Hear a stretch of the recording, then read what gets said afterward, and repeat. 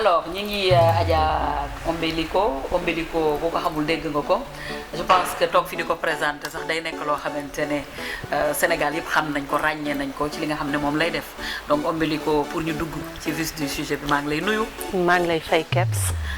di kontaan ci yow di la wax ne Sénégal la gërëm àdduna gërëm la ci li ngay liggéey mu nekk nag liggéey bu am solo boo xamante ne nii mooy habiller nit ba pare yemoo ci habiller rek mais lépp luy ànd ak moom tout un processus ñu gis ni fi mu toll nii Adja da nga taxawal dara loo xamante ne nii man je me croyais bon feneen quoi. yow en fait tu as montré l'exemple que ni fii Sénégal mën nañ fi réaliser lenn lu nekk te def nga ko à travers li nga xam ne xam naa ñu ngi koy gis ci image yi et c'est extraordinaire mu nekk fii ci Sicap Liberté 3.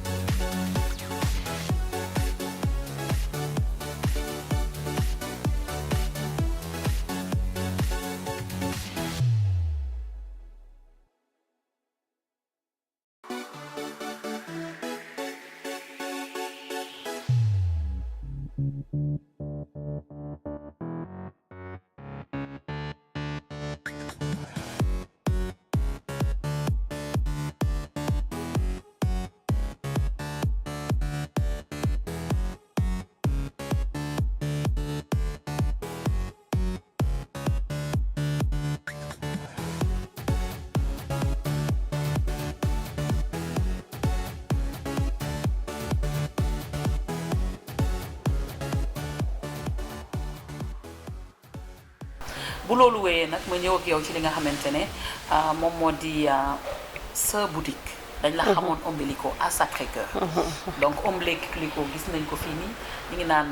est-ce que lu bële dafa tëj boutique bële wala bii dafa ubbi wala qu'est-ce qui se passe je voudrais que nga communiquer ci sens boobu wax nit ñi Adja Ombilico boutique bi mu amoon Sacré-Cœur ak boutique bi nekk fii lan moo ci ne. alors Kebs maa ngi lay fay. di kontaan trop ci plateau bi.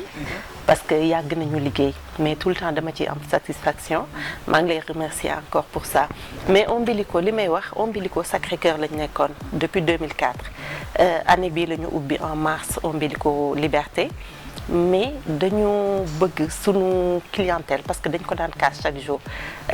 da nga vraiment spécialisé li ngay def ci robe suñu ñëwee les prix sont chers et tout loolu ma gën a poussé ñu def ñaari ombilico pour léegi sunu produit accessible à tous les clients, à tout le monde. Mais boutique boobu c'est toujours à Sacré-Cœur. Ouais, c'est toujours à Sacré-Cœur. léegi nag foofu soo fa demee actuellement am nañu des produits pas chers et de qualité. non ci pas cher boobu sax laay ñëw dogguma la parce que bu ñu nee Adja ombilico daan yii Adja elle fait de belles choses ñëpp ko nangu unanimement mais dañ naan Adja dafa seer ay yëram ay yëfam kenn mënu ko. waaw léegi looloo jeex. parce que léegi soo demee ba ombilico Sacré-Cœur. par exemple avec 20 000 nga mën a am jupe bu am classe bu mën a liggéeyi. des pantalons à 15 000 20 000 francs ou 15 000 xam nga maintenant ce sont des produits accessibles à tout le monde. parce que je me dis kuy liggéey bureau soo indee 100 000 francs war nga mën a defaat sa garde-robe lu gën a taxaw. xam nga am quelques pièces yu baax am sac am dàll am haut am pantalon et tout moo tax foofu dañu wàññi prix yi ba mu accessible même maintenant pour les robes da ngay gis koo xam ne day bëgg a dem gala bëgg a sa robe ombilico mais dañ naan ko bul dem tax dafa cher mais léegi bu kenn déggati loolu il y a des prix pour tout le monde am nañu robe yoo xam ne vraiment prix yu accessible yoo xam ni te ba pare mu nekk des produits rares aussi des produits de qualité mais accessible vraiment robe yi am nañu tranche de prix yëpp kon daal bu ñu ñëwee ci accessibilité bi kon yaakaar naa ne léegi le message est clair yéen ñi toog di seetaan ombilico bu ñu leen waxee ne dafa cher bu demee bay jaayee 20 000 ak 15 000 ak yooyu xam ngeen ne foofu cher amu fa donc yaakaar naa ne communication bi jàll na ci côté boobu et que boutique bi Sacré-Cœur mi ngi Sacré-Cœur ba tey waaye également fii dañuy ñëw ci li nga xam ne moo di diversité li ngay def yaa ngi def égal suñu waxee Adja rek dañu naan Adja ko bu soirée rek lay def mais Adja je pense que war nga mën ñëw expliquer ñu ci lan ak lan nga nekk du seulement robe de soirée Adja dina def ci li nga xam ne moom moo di bureau exactement di nga def également ñi nga xam ne ñooy ngénte c'est pas seulement les mariages que tu gères mais je pense que Adja c'est tout un ensemble exactement ci loolu waaw ñun dañ ni prêt à porter dañuy def lépp lu nit di sol loo xam ne daf koy soxla léegi rek ñëw jox ko ñu sol dem te loolu soo ko waxee bureau ci la bokk ki war a dem mariage ci la bokk ki xewle ci la bokk mais tamit ki ngénte yenn saa yi nit mën na accoucher ni duma def dara toog ba ci veille bi ñu wax ko soo daw see fii dañ fiy fekk tenue yoo xam ne pare na ba pare nga mën ko sol par exemple y a des tenues de cérémonie yoo xam ne mën na dem par exemple ngénte mën na dem mariage mën na dem fu la neex mën na dem cocktail et tout ça loolu la ñuy def on fait du tout dañuy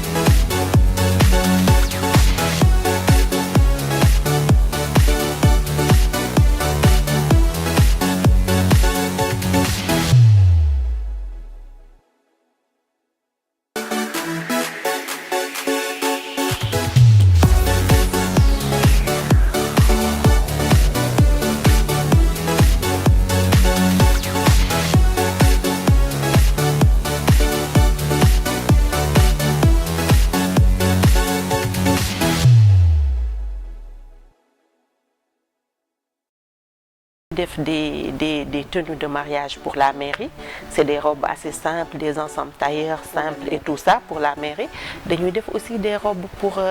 l'église wala pour réception et tout ça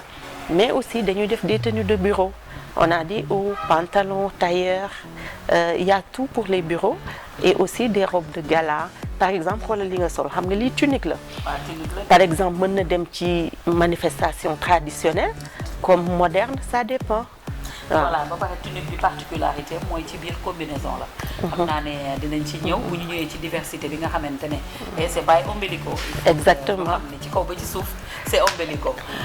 beneen bi nga xam ne moom laa bëggoon beneen aspect bi mooy que defuloo rek seulement habillement ndax habillement dafa am lu koy tax mu ne gën a tëll mooy da ngay accessoriser mooy accessoire yi nga xam ne moom nga ciy boole mu di collier tout ce qui est accessoire da nga koy def da ngay def dàll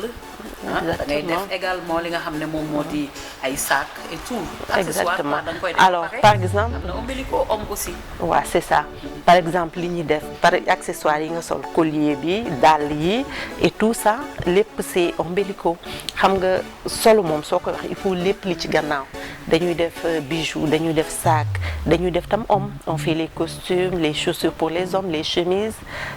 les t-shirts jeans on fait le tout pour les hommes mais su loolu weesoo ombilico bu liberté dañuy def sax li topp ci solo bi parce que en fait on a un salon de coiffure mais aussi dañu am salle de soins salle d'esthétique ce qui fait xale bu jigéen bi moom su yegsee jóge këram lépp la ñuy def dinañu nettoyer kanam gi masse yaram bi defar tànk yi defar wey su paree mu dem ci salon bi on fait tout on a des perruques déjà toutes faites su bëggee tamit mën nañ ko coiffer maquillage bi make-up contouré dañ koy def et tout exactement ce qui fait on fait le tout da ngay gis ku wàcc bureau rek ñëw directement ce qui fait ñu defar lépp ba mu sotti boo duggee rek da ngay tëj buntu bi exactement avant ce qui se faisait da ngay dem fii defar sa bopp dem fële wër def lale comme tu vois man permanent bi lañ ma defar exactement vernis bi da ngay ñëw y a tout ce qu'il faut sur le plan esthétique comme ni nga ko waxee dañ la defal soin du visage gommel la sa kanam ba mu baax suñu paree ci yooyu defal la li nga xam ne moom moo di sa soin ongle manucure pédicure loolu yëpp et te doo bouger fi nga xam ne foofu nga nekk boo wàccee ci suuf tu t'habilles également accessoire yi gàddu sa sac lu lay dese lu génn dara dem rek donc mu nekk loo xamante ne nii lu am solo la Adja Ombilico bu ñuy wax li nga xam ne moom moo di tenue fi mu nekk nii sañse ci Sénégal lépp loo xam ne moo di Adja nee naa la c'est tout un ensemble dafay def lépp macha allah mais également dañu naan yëre olof naan yëre tubaab mais je pense que am na yëre tubaab prêt-à-porter ça a tendance à être modernisé parce que léegi si toll ni comme par exemple lii ma sol ak yeneen ak yeneen waaw xam nga man yëre du ma ko wax sax yëre tubaab ak yëre wolof man dama naan prêt-à-porter wala sur mesure xam nga parce que pour man mode bi moo toll foo xam ne on parle de mondialisation man pour man àdduna bi c'est un seul pays tu vois moo tax kenn waxatul yëre olof yëre tubaab parce que soo xoolee yenn tenue yu tubaab yi defar xam nga lii c'est presque une tenue africaine ñun ñoo ko daan def mais ñoom dañ koy jël defe ko seen façon te xam nga xale yi fi mu nekk nii dañuy bëgg lu ñu sol rek mu am tuuti façon am tuuti kii moo tax bi fi mu nekk nii dañu nekk ci niveau bu extraordinaire ci loolu moo tax mënatuñu yëre tubaab yëre wolof parce que ñun li ñuy sol fii moom la ñuy sol fenn absolument loolu nekk loo xamante ne ni lu am solo la donc ñu ñëw ci li nga xam ne moom moo di accessoire yi nga xam ne moom nga def parce que lii tamit c'est pas Ombilico mais gis nañ tey jii ci image yi également ñu gis ay robe yu doy waar bu jëmee ci robe gis nañ également ay jupe ay ensemble li nga xam ne moom la ñu def gis nañ Amina côté yi nga xam ne moom lañ sol gis nañu xale yi sol yu rafet yoo xamante ne c'est raffiné xam naa nit ñaa ngi koy gis sax mais képp koo xamante ne jóg nga rek nga bëgg a solu yaa non catégorie bu mu munti doon rek Ombilico da koy def à travers les images mun nañ ko wax ci robe marié yi gis nañ la ngay def ci marié mais est-ce que mun nga ñëw expliquer ñu li nga xam ne moom nga indi ci tendance période bi à travers robe bi tenue nga xam ne moom la ñuy gis muy défilé ci image yi waaw parce que xale yi léegi dañu xewal suñuy def lu mel ni mariage mairie yi dootuñu sol ay robe yu mag yu traîner et tout parce que ñi ngi xalaat réception bi ak mariage bi ci topp bu mag bi ce qui fait dañuy dem en jupe wala une petite robe et tout moom la ñu sol au début carrément pour wane tendance bi ni ñuy demee et pour aussi les robes de soirée actuellement comme dafa xaw sedd on est sur le frais tu vois ce sont les couleurs noires yi gën a soft et tout looloy tendance bi ci lañ ne soo xoolee sa bijou yi sax nekkatuñ ci lu clinquant torop soo xoolee c'est du noir style macassais et tout ça ci tendance boobu lañ nekk actuellement dañ koy seddal tuuti pour été bi di commencer jege ñu dem sur le feu.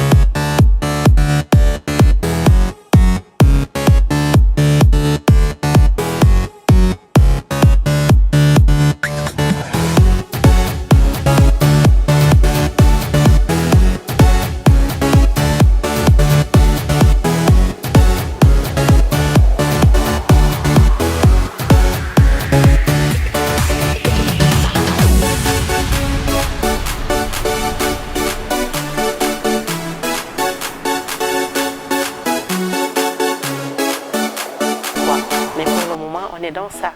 waaw gis nga ça aussi c'est très tendance moom la ñu nekk. tu vois pendentifie exactement waaw. am na yeneen design. waaw am na design yu bari yu wute. am na yu bute ce qui fait actuellement nit ki ku nekk rek yaay seet li nga xam ne moo la neex nga jël ko. tey jii boo amoon un message à lancer à l'endroit de toutes les femmes nga xam ne ñu ngi toog di seetaan ak góor ñi nga xam ne ñoo war a ñëw ànd ak seen jabar yi andi leen. ak catégorie yëpp que Adja Ombelico c'est une boutique am na benn bu nekk fii nga xam ne moo di Liberté 3. am na c'est la totale bu nekk Liberté 3 ak beneen bi nga xam ne dañ ko maintenir ba tey moo nekk sur Sacré-Cœur. exactement elle fait du tout tey jii ban message ngay lancer parce que tamit nit ki il faut ñuy def ñuy sañse di defaru sañse tamit pour wane li nga wax léegi dafa nekk lu am solo. Adja Ombelico synonyme c'est toutes les femmes tous les hommes ñëpp lay habillé. exactement catégorie bu mu munti doon. loo mën a yore ci sa poche boo ñëwee dinañ la habillé te dañ ci gis sa bopp. le message que tu dois lancer à l'endroit di ñu toog waaw message bi may lancer mooy wax bi ma bëgg mu jeex mooy Adja pour ñii rek la Adja du pour artistes yi rek Adja du pour genre keps yi rek Adja c'est pour tout le monde on a maintenant des catégories pour tout le monde li ñu bëgg mooy ku dugg si da ngay ñëw bala ngay génn lépp mët lépp lu jigéen di def dañ ko fiy def ce qui fait soo yegsee de la tête aux pieds dañ lay satisfaire nga dugg si soo paree génn dem fi ngay dem mën nga bañ jaar ak sa kër sax man li may wax ñiy liggéey suñ demee ba vendredi suñu wàccee mën na jubal si directement y a la piscine y a le maquillage y a les soins y a l'habillement et y a tout il y a la coiffure et tout ce qui fait da ngeen di jóge foofu rek ñëw noppalu ñu defar la ba pare après nga continuer commencer week-end bi. loolu neex na Adja dama lay bàyyi nga wax sa numéro téléphone la soxla. ñi bëgg a ñëw ci yow parce que week-end bi nga wax ni xam naa ne gars yi yu neex rek la ñuy wër te léegi ñu ñëw ci yow ndax dafa complet nee naa la doo dem di éparpillé wu. ngeen ñëw ci Adja ñëw ci yéen ndax yii mu fi maye yaakaar naa ne neex na loolu. gàddu sa saak def rek ngay dem joxeel numéro bi joxe adresse bi. boo defee nag sama gars yi ñoom ñëpp ñu ñëw nag ndax jar na ko su ngeen xoolee yi xool ñi défilé ci image rek xam ni jar naa ñëw parce que Adja moom man personnellement rek waxuma ko parce qu'elle est là